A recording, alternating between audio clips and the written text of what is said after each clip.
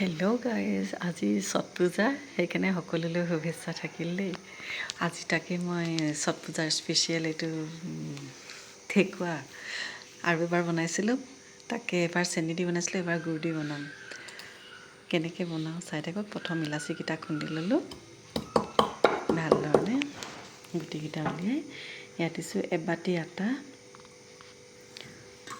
ডাঙৰ বাতিৰে আটা দি ভালকৈ চুজি দিছোঁ সৰু বাতি এটাত,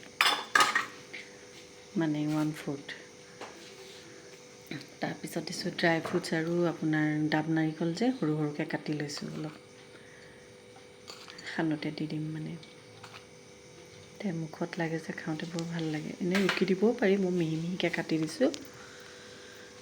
ৰিফাইন তেল বা গৰু ঘি মানে ঘি ল'ব পাৰে, তেলো ল'ব পাৰে। মই তেলেই দিম, ঘি মোৰ অলপ কম আছে, সেইটো কাৰণে অলপ চেনিও দি দিছোঁ দেই। গুড় দি বনাম যদিও অকণমান চেনিও দি দিছোঁ, কম হৈ যাব পাৰে। গুড়খিনি প্ৰথমে যে মই গৰম পানী তেনেকৈ হেৰি কৰি গলাই লৈছিলোঁ, গৰম পানীত তিয়াই থৈ দিছিলোঁ। তাৰপিছত হাতেৰে এনেকৈ খচি পেলাই এতিয়া তাত অলপ অলপকৈ, খালি ডোটো যে অলপ টানকৈ বনাব লাগিব দেই। তেলেৰে সানি ল'ব লাগিব, তেল অকণমান সৰহকৈ দিব লাগে আৰু ইমানো বেছি নহয় আৰু এনেই ৰুটি আটা সনাতকৈ অলপ বেছি। তাৰপিছত আপোনাৰ এইখিনি পানীখিনি যে হেৰিয়াৰ গুড়ৰ পানীখিনি অকণমান অকণমান দি, বেলেগ পানী দৰকাৰ নাই, তেনেকৈ ইউজ কৰি থাকিব লাগিব। মানে ডোটো যাতে মানে টান হয় সেইটো হিচাপ ৰাখিব। ঘপককৈ মানে বেছিকৈ ঢালি দিব নালাগে আৰু অকণমান অকণমান তেনেকৈ ঢালি গৈ থাকিব লাগে। বাই চান্স যদি ঢিলা হয় ন, আকৌ আটা অকণমান লৈ ল'ব দেই।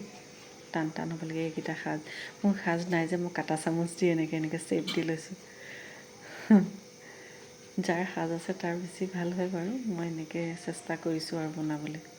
অকণমান ডিপকৈ কৰিব লাগে, জোৰকৈ জোৰকৈ বহাই দিব লাগে, তেনেকৈ কৰিছোঁ। খাবলৈ খালি বহুত টেষ্টি হৈছিলে দেই।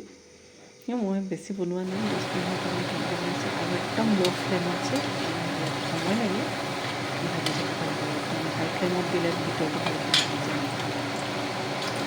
আৰু এটা কথা দেই, ইলাচি বা এইটো চফ গুটি যে কেঁচা চফো দিব পাৰে। এয়া সজাই পেলাই দেখাইছোঁ কলপাতত, কেনেকুৱা লাগিছে ক'ব দেই।